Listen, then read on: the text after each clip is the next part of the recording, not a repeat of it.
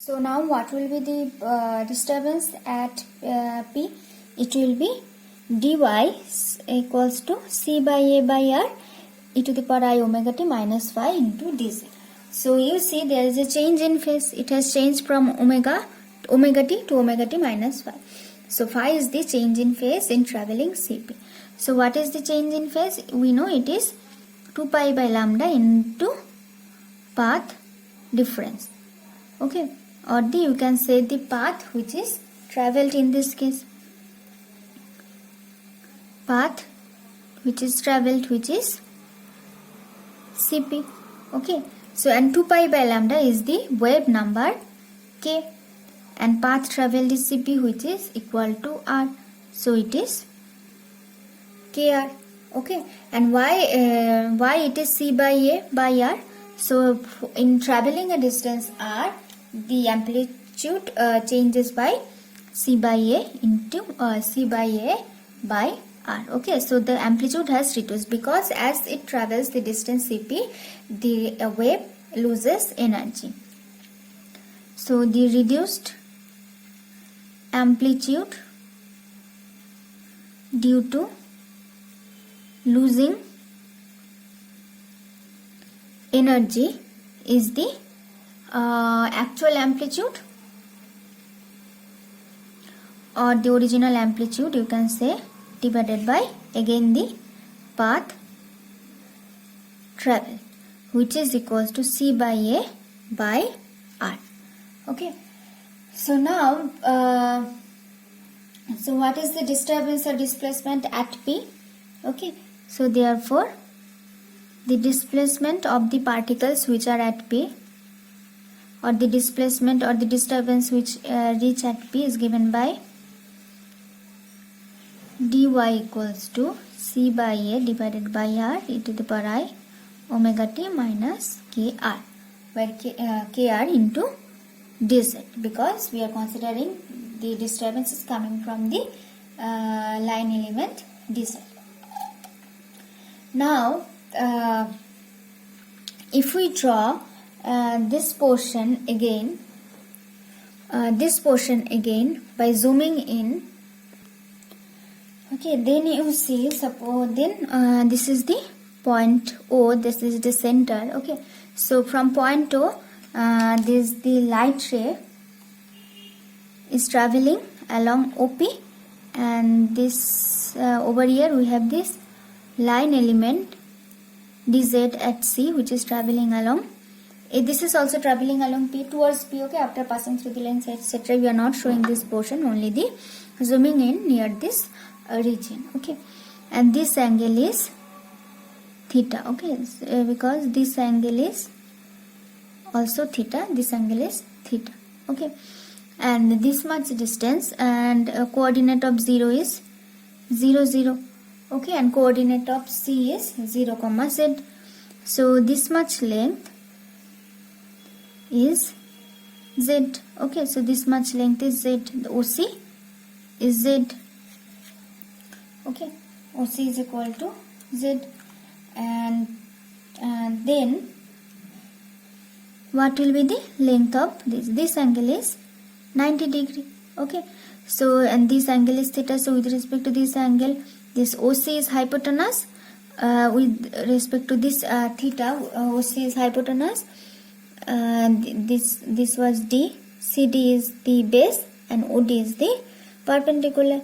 Okay, then so this will be, so this OD will be, so we can write OD by OC equals to sin theta, because OD is the normal. Okay, therefore OD is OC sin theta, which is Z sin theta.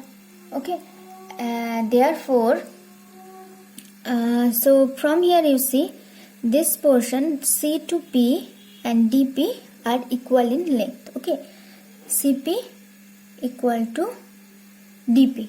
Okay, so what is the extra path difference? It is the OD. Okay, it means that the ray which is traveling along OP, it travels an extra path of OD compared to the ray traveling along Cp. Okay, so it means that the ray traveling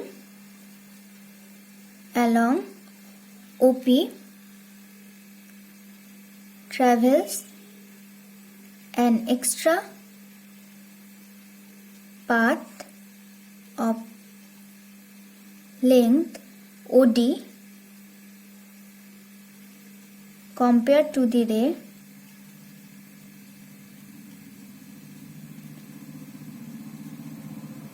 traveling